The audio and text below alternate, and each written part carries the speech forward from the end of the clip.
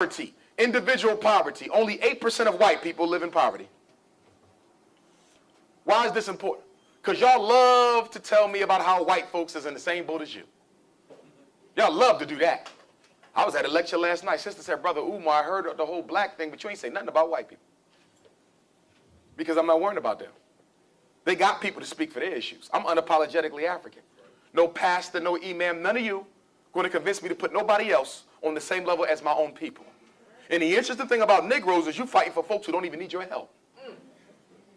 I ain't got time to be saving nobody else's children. What the hell our boys is catching. That's right. That's right. But on Sunday and Friday and Saturday, you go to the religious service and they tell you that you got to love all God's children equally. That's what got Africa in the condition she in now. And you still ain't learned from that mistake. That's right. Your humanity is your greatest blessing, as the great scholar, warrior, ancestor, Pan-Africanist John Henry Clark said. Your humanity is your greatest blessing, but it's also your worst curse because you don't know how to control it. You love people who you know don't love you. And then you think you're doing God's will by doing it. No, God thinks you're a fool.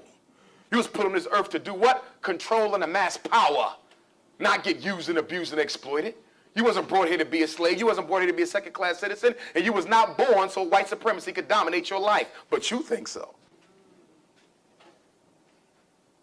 26% of black folks live in poverty. 23% of black families live in poverty. That's a quarter order. Only 6% for whites. Female-headed homes, 40%. That's almost half of black homes headed by women are in poverty. Female-headed homes, 27. Ain't we all the same? Hell to the no. Since when? A black man with a bachelor's degree earns what a white guy earns with a high school diploma. Black man with a doctorate get what a white boy get with a bachelor's degree. And then they came up with this word that confused all of you called black middle class. Ain't no such thing as a black middle class.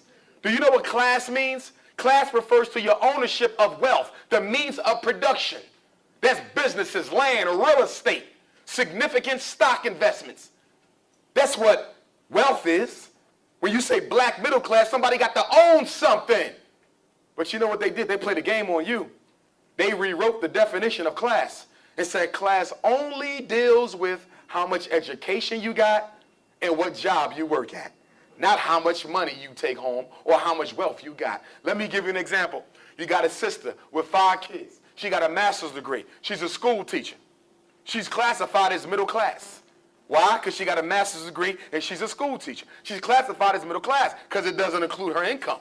But then when you look at her take-home pay after they kill her taxes and look at how she got to spread that money across for all of her children, guess what? She's living in poverty or just above it. But because they rewrote the definition, any black person with a master's degree think they middle class even though that they starting off negative $75,000 in debt. What is the definition of power? It's the ability to define reality and make the victims accept it.